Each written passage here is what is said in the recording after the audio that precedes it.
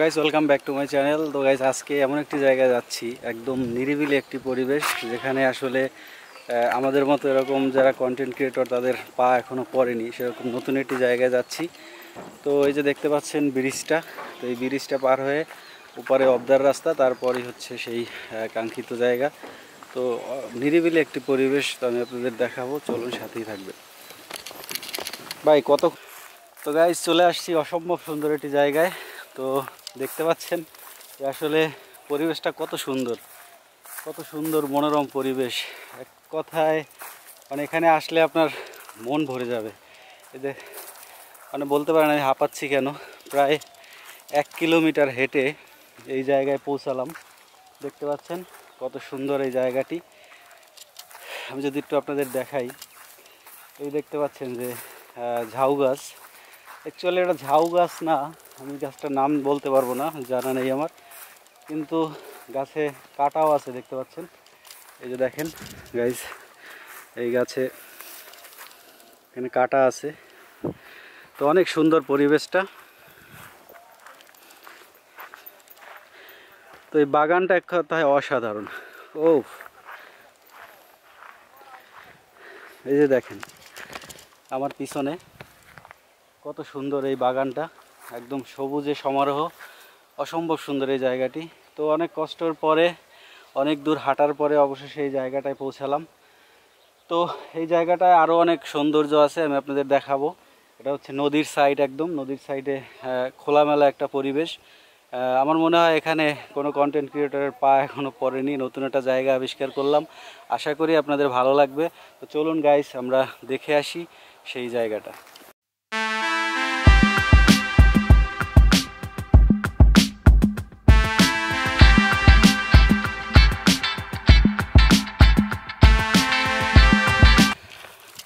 তো গাইস দেখতে পাচ্ছেন যে আমি কি একটা দুর্গম এলাকার মধ্যে আছি, যে আমার আশেপাশে কোনো মানুষ নেই, একদম জনমানবহীন একটা এলাকা। তো দেখতে পাচ্ছেন যে আমার পিছন সাইডে এই যে একটা খেজুর গাছ দাঁড়িয়ে আছে, একদম একা একটি খেজুর গাছ, আর কোনো গাছপালা নেই। এবং আমি টোটাল এই চরের মধ্যে একা। দেখতে পাচ্ছেন এই যে চারদিকে ঘুরে একটু দেখাই, কোনো জনমানব নাই, কোনো মানুষের চিহ্নও নেই, একা একা হাঁটতেছি এই চরের মধ্যে। অসম্ভব সুন্দর এই জায়গাটা, একদম আপনি একা যদি এখানে আসেন, কিংবা আপনার বন্ধু বান্ধব নিয়ে এখানে আসেন, খুব সুন্দর একটা নিরিবিলি একটা পরিবেশ এখানে পাবেন। এবং মূল কথা হচ্ছে এখানে ক্যাম্প করার একটা সুন্দর একটা জায়গা আছে। তো সেই জায়গাটাই আপনাদের দেখাবো, মূল আকর্ষণীয় হচ্ছে সেটা। তো আমি সেখানেই আস্তে আস্তে যাচ্ছি, ক্যাম্প যেখানে করা যায় সেই জায়গাটি দেখানোর জন্য। তো চলুন গাইস আমরা দেখে আসি সেই জায়গাটি।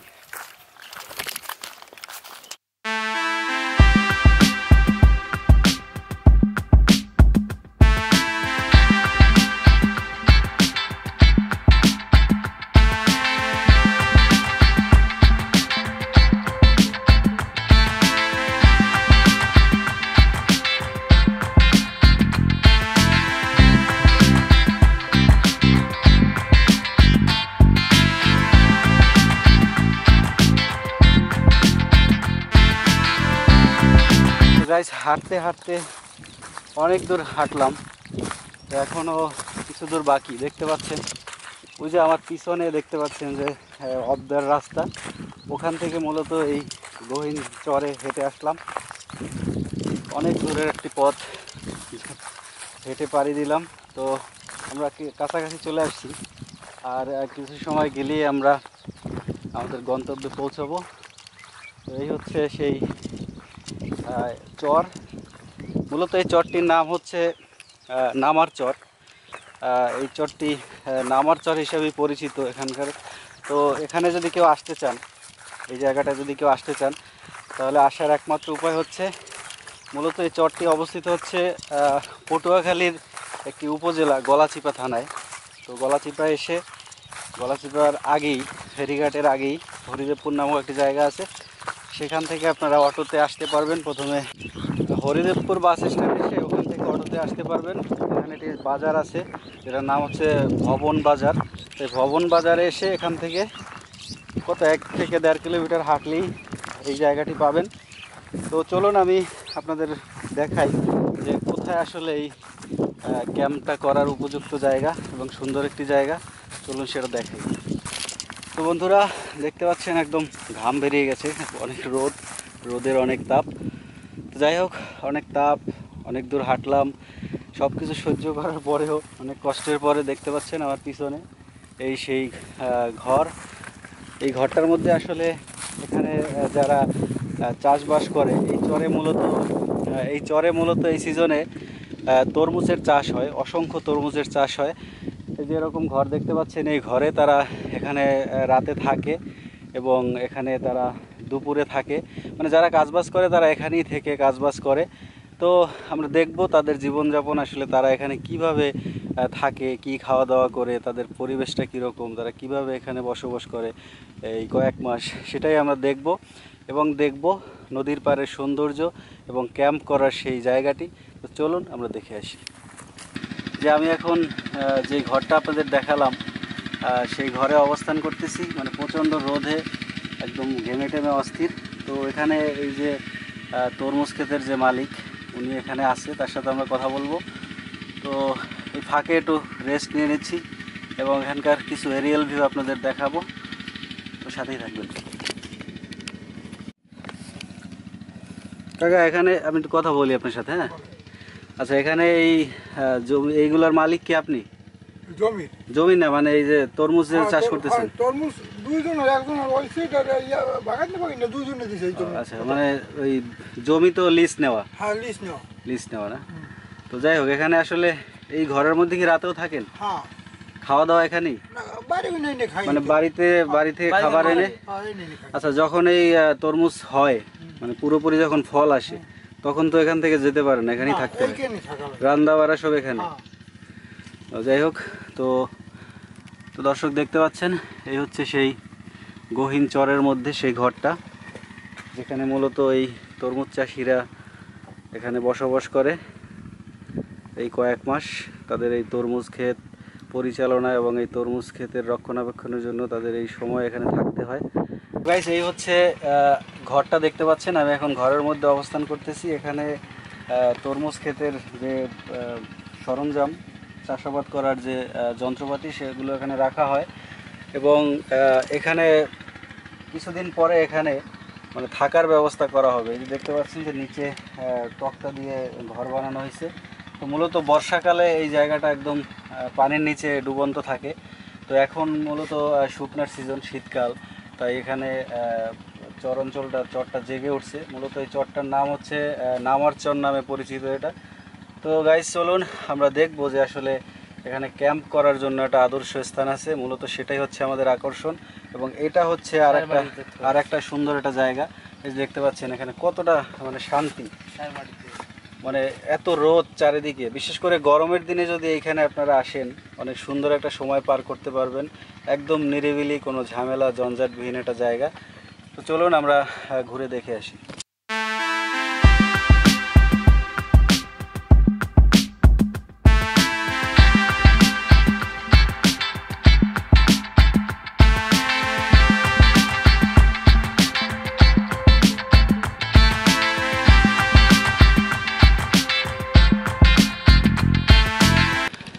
গাইস, দেখতে পাচ্ছেন যে এই হচ্ছে তরমুজের চারা। মূলত এখান থেকেই এই বীজ তৈরি করা হয়, বীজতলা এটা। এই বীজ আবার নিয়ে এই যে দূরে দেখতে পাচ্ছেন যে কত বড় মাঠ। এই মাঠটা প্রথমে চাষ করা হয় মেশিন দিয়ে, বিভিন্ন প্রক্রিয়ার মাধ্যমে তারপরে এই চারাগুলো এখানে রোপণ করা হয়। ধীরে ধীরে এগুলো বড় হয়, তারপরে ফুল হয়, ফুল থেকে ফলে পরিণত হয়। তো এই হচ্ছে এখানকার পরিবেশ, দেখতে পাচ্ছেন। মূলত শুকনার সিজনে এখানে অনেক জিনিস চাষ করা হয়। তো এটা একটি দুর্গম এলাকা, দেখতে পাচ্ছেন আশেপাশে কোনো ঘর বাড়ি নেই, একদম জনমানবহীন একটি এলাকা। শুধু যারা এখানে কাজ করে তারাই এখানে আসে। তো দেখতে পাচ্ছেন অসম্ভব সুন্দর এই যায় পরিবেশটা। তো গাইস, এই যে অবশেষে আমরা তরমুজ ক্ষেতের মধ্যে অবস্থান করতেছি। দেখতে পাচ্ছেন যে আমার পিছনে এই যে জায়গাটা, এখানেই মূলত তরমুজ চাষ হয়। তো চারা আছে না? তো তো এখানে হাঁটলে একটু সাবধানে হাঁটতে হবে, কারণ নিচে চারা লাগানো আছে। এই যে দেখতে পাচ্ছেন কেবলমাত্র চারা শুরু। তো ক্ষেতের মধ্যে হাঁটতে হলে একটু সাবধানে হাঁটতে হবে, যাতে চারা নষ্ট না হয়। তারা অনেক পরিশ্রম করে।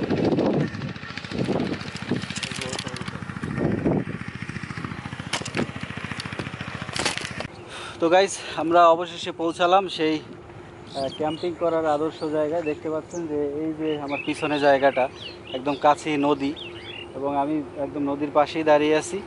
তো এই চরের মধ্যে আসলে এই জায়গাটায় ক্যাম্পিং করতে পারেন। খুব সুন্দর একটা জায়গা ক্যাম্পিং করার, এখানে রাতে থাকার আদর্শ একটা জায়গা। তো এই হচ্ছে এখানকার পরিবেশ।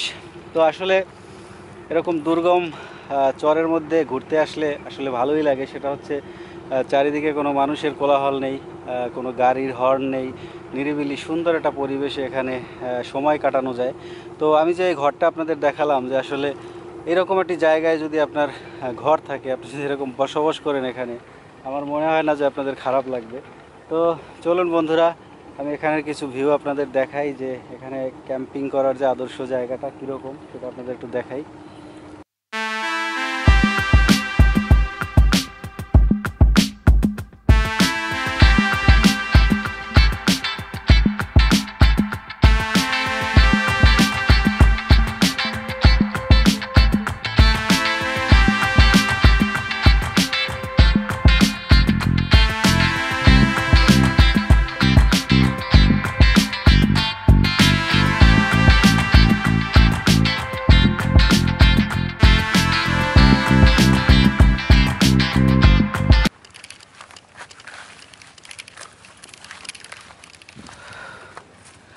তো গাইজ, দেখতে পাচ্ছেন যে আমরা নদীর দিকে এগিয়ে যাচ্ছি। তো এখানে যে ক্যাম্পিংয়ের কথা বলছিলাম, এই যে দেখেন এই জায়গাটায় যদি আপনারা এই জায়গাটায় যদি আপনারা ক্যাম্পিং করেন, দেখেন একদম নদীর পাড়ে কত সুন্দর এই জায়গাটা, একটা বিচ।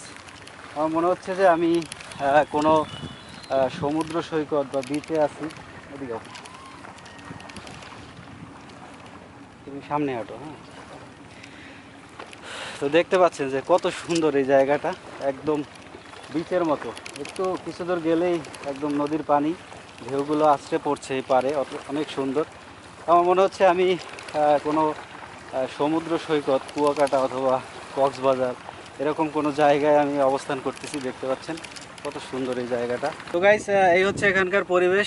দেখতে পাচ্ছেন যে আমি কত সুন্দর একটি জায়গায় দাঁড়িয়ে আছি, একদম মনে হচ্ছে যে সমুদ্র সৈকতের মতো এই বিচটা। তো আপনারাও এখানে আসতে পারেন ঘুরতে, অনেক সুন্দর একটি জায়গা। তো এই যে দেখতে পাচ্ছেন যে এই যে বিচ, মানে এটা একদম চরের পাশেই এই যে নদী। তো এখন এখানে পানি নেই, আর পানিটা কিছু দূর আসে জোয়ারের সময়। তো এই হচ্ছে এখানকার পরিবেশ। আশা করি আপনাদের ভালো লাগবে। চলুন গাইস, আমরা এখানে কিছু এরিয়াল ভিউ আপনাদের দেখাই, এবং যদি ভিডিওটি আপনাদের ভালো লাগে অবশ্যই লাইক করবেন, কমেন্ট করবেন এবং চ্যানেলটি সাবস্ক্রাইব করবেন। ধন্যবাদ সবাইকে, দেখা হবে পরবর্তী ভিডিওতে।